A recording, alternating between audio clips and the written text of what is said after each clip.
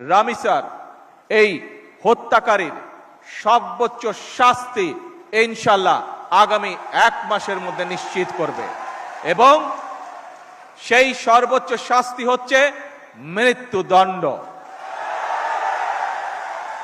একটা ধন্যবাদ একজনটা না দিয়ে পারতাম না।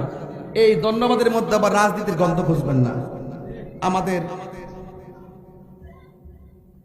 বিএনপির জনাব তারেক রহমান সাহেব, এই ধন্যবাদ আমি দিতেই হবে। কেন জানেন? এটা না দিলে আমার হক আদায় হইতো না।